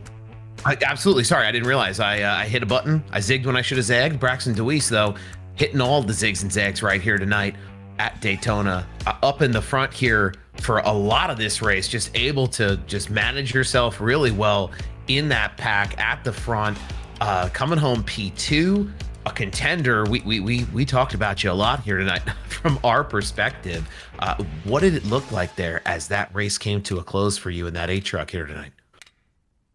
Yeah, just wanted to keep it inside the top 5 like we pretty much had the entire race. I felt like I did an all right job of doing that. You know, I did a total 180 of what I did on Monday. I wasn't able to put down a qualifying lap with the Gen 6 cars and started in the back and kind of just stayed back there, just rode back there. And, you know, it didn't really work out for me for the entire race. So I wanted to change that. I had 1 lap at qualifying and didn't really expect anything of it. And it almost was about a 10th better than second place. So I guess 1 lap was better than 2 laps there in qualifying. I got lucky there, but nonetheless, just needed to keep it up front. I felt like if I had it on the outside, that's pretty much the place to be to make any moves.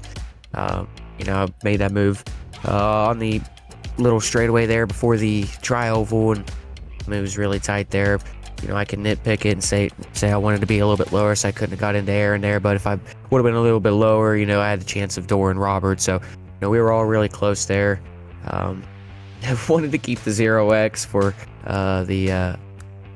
the Triple Crown next week, but you know, I wanted to try to at least go for the win, and there was a gap there, and granted it was tight, there was still something there. It was just we were all moving around. Wanted it to be a little bit cleaner than that at the end, but you know, it is what it is. I'll tell you what, give yourself a little more credit than that, because what we saw coming to the start finish line behind you was quite the event. So coming home P2 the way you did, you know, maybe a little bit of door rubbing, it looked pretty good from up here in the booth. It sets you up for some great momentum through the rest of this Truck Series season. We've got a long way to go. We've talked about that all night long. You're putting yourself in a great position. You've got some great folks on board, I'm sure. Who do you have to shout out here tonight, P2 from Daytona? Yeah, well, first of all, I'd like to start off with the race sponsor, man. This is the first time I've done this because I've actually, Robert he talked about it and said that this was a race sponsor. So I'm going to try to do a good job of this for all the races that are sponsored, but a big shout out to Driven Bay Life and Rye Jones over there. I read up a little bit on it. I know he puts on some car shows and whatnot. I think it's for charity, if I'm not mistaken. So either way, him putting that stuff on and it's pretty cool. So shout out to him and Driven Bay Life for coming on board to sponsor the races. It's cool that we at least have a name for these races. So hopefully I can try to come on board and try to promote my YouTube channel and my real race cars in one of these races. We'll see what we can do, but shout out to them nonetheless. Big shout out to 3 Dips Ice Cream Shop, debut on the truck. Happy about that. Also shout out to Interstate Ford, Stake Time, Deweese Renovations, Superior Sim Racing. You can use the code BDR5 for 5% off over there in the checkout. They got a pretty cool button box that I'm going to check out whenever I have the opportunity to spend some money on the sim racing car, I guess you could say, instead of the real car. But big shout out to them. Go check them out. Also, Elevated TV, Ghost Train, Wooden Nickel Band, Evan Pinata Designs, Our Pizza House in Winchester for serving pizza at the Winchester Speedway and helping us Roadster fellas, as well as Beaver Contracting for sponsoring the Roadster Series at Anderson Speedway. I'm looking forward to go back watching that. It was a pretty good one. I know them cautions at the end, man. I really wanted to keep going, but you know, that's what happens at Super Speedway. It's just glad to be able to survive and be there in the end and start the season off good. I have terrible finishes at Daytona usually, so this is good. Yeah, definitely tested your guys' patience here tonight, but it worked out for you, P2, for Braxton Deweese. Braxton, good luck the rest of this year. We'll throw it back over, and we'll get Robert Ropes up here, race winner here in the booth in just a moment. Absolutely. Thank you guys for letting me do this, by the way. Robert Bropes, it's your buddy Jimmy, man. How's it going? Congratulations. We talked a little bit after I was out of the car about how poetic I thought it would be if after the absolutely miserable season that you had last year, if you came out and win this race. And by God, did you do it. So talk me through the emotions. How do you feel? How's that feel for a recovery? Oh, it feels so good. No, it's to have the end of the season last season just spiral as it did, and then have a clean race, and then go out, survive the wreck, and end up bringing not just myself a win, but the Dodge Rams that are struggling in real life a win. Yeah, which is honestly just as important. Yeah, that was absolutely awesome. So talk us through that race. You had a relatively quiet race, just kind of marched your way forward. What did you see from the driver's seat?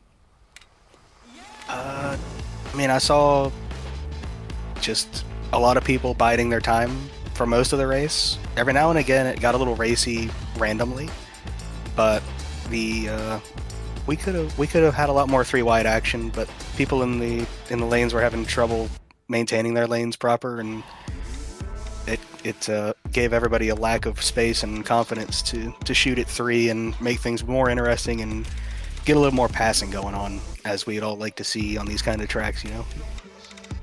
You like to think if you get hung up in something, you can fall back and run back to the front. Yeah, it was tough to make that work tonight. Just the trucks were not cooperative around this, thin racetrack relatively. But I know it's early to talk about it, but long season ahead. You come out of the gate swinging with a win. What are we feeling for the rest of the season? Is this the first of many, or are we hoping for a top 10 most weeks this season? Based on being an admin person who handles a lot of registration and sees a lot of the stats and numbers of people that join the league, which I gotta thank everybody that signed up, because everybody makes it possible. But beside that, the statistics behind a lot of the new people we've got and a lot of the old people we've got, I am praying for top 10s. And probably going to end up running 15th. Yeah, I mean, you and Johnny, I'm not going to give myself any credit because I'm so new here. You guys have done such a good job of cultivating such a deep field with such a high bar of talent. But we'll continue picking that up in the next few weeks. But Robert, any sponsors? Anybody you want to shout out watching at home after that great win? Yeah, we have a couple, We got to thank Rye Jones. He sponsored the race tonight with his yet to be existent charity, but his Driven Bay Life initiative that he wants to get going. He wants to dye his hair a color and raise some money by doing so. So if anybody in the chat has a color they want him to dye it, you guys light that thing up with just whatever color you want him to dye his hair. He's like a 6'3" white dude from Florida, so he's not stereotypically going to have pink hair, but come on, guys, you can make it happen. But his organization, he plans to raise some money, donated it to some people that are on hard times, single mothers, people that are maybe some homeless people or something, he was telling me. We also have to thank Jimmy himself in the chat asking all these questions. He's sponsored both nights of racing for us on Monday and Wednesday with his podcast, the Undercut and Overheard podcast. You got there. And as you can hear his voice, he definitely is a girl boss. Thank you. Maybe he's the one that gatekeeps. I'm not sure. I'd like to think of myself as the gatekeeper, yeah. Oh, okay. If you say so. But otherwise, I got to thank the wife for letting me do this stuff 3 or 4 nights a week. But she also has her reality TV shows that she watches. So as long as I'm not bothering her, she's happy. And then I'm gonna send my dad the link, and if he watches and actually watches the interviews, I got to give him a shout out, because it's a lot to sit through. I think that's doing Sal and Sig here a disjustice, man. They're fantastic. It was a great race tonight for us all to listen to, and no small part thanks to you guys and the action that you put on track. Sorry I couldn't be there for more of it. But thank you, Robert, for dropping in with us. Sean, Sal, thank you for opening up the booth to me when I wasn't even supposed to be here, so I appreciate that. But yeah, Robert Brobst, ladies and gentlemen, your winner. Yeah, congratulations, Robert. From up here in the booth, man, we both want to congratulate you, because you've always been one, you're the one paying us, number one, and number two, it's a feel-good win to see you up front running well, and you were, got the job done tonight, right, Sal? Yeah, great win, boss. We really appreciate it. We know you're going to get them all this season. That 5 truck, though. No, for real. That 5 truck looked really fast tonight, Robert. I mean, we talked a lot about you last season, and it's tough to come back from certain things, and to see you win here tonight is really cool. So congratulations from all of us. It's a great way to start off the new season. Oh, it truly is. You guys have a good night. I'm going to go watch Johnny spin a roulette wheel and figure out who I've got to mail an Alex Bowman diecast to. All right, Good mailing luck out with that. Alex Bowman, mailing out Alex Bowman diecast. A way to celebrate for Robert Probst here tonight as we kick off this season in the Slingshot trucks. What a great race. I mean, any final thoughts from you guys up here? I mean, this one was just, it was a classic Daytona race from flag to flag. The late race cautions really gave us, you know, a lot of spice here at the end. But what a way to kick things off here. If you're new to Slingshot Racing, to all of these series, you know, this is a good time to be a part of the action. It certainly is. You know, I won't necessarily be here for this league throughout the season, but I'm sure you guys are in for quite a show, Sal. There's a lot of great names in upfront racing. This, you know, we saw a great season last year with the O'Reilly's cars, and now the series has grown and there's more drivers out there. Got a great schedule of tracks coming up, and tonight was just the first one of, you know, a dozen really good shows coming up on Slingshot TV. Yeah, absolutely. We're looking forward to many more weeks of a lot of fun up here in the booth. Jimmy, thank you for joining us. On behalf of Sean, myself, Colby behind the keys, you know, we've really enjoyed this, and we can't wait to have everybody back in the chat here on Slingshot Racing every week here with the trucks on Wednesday night. So thanks everybody for tuning in, and we'll see you next time.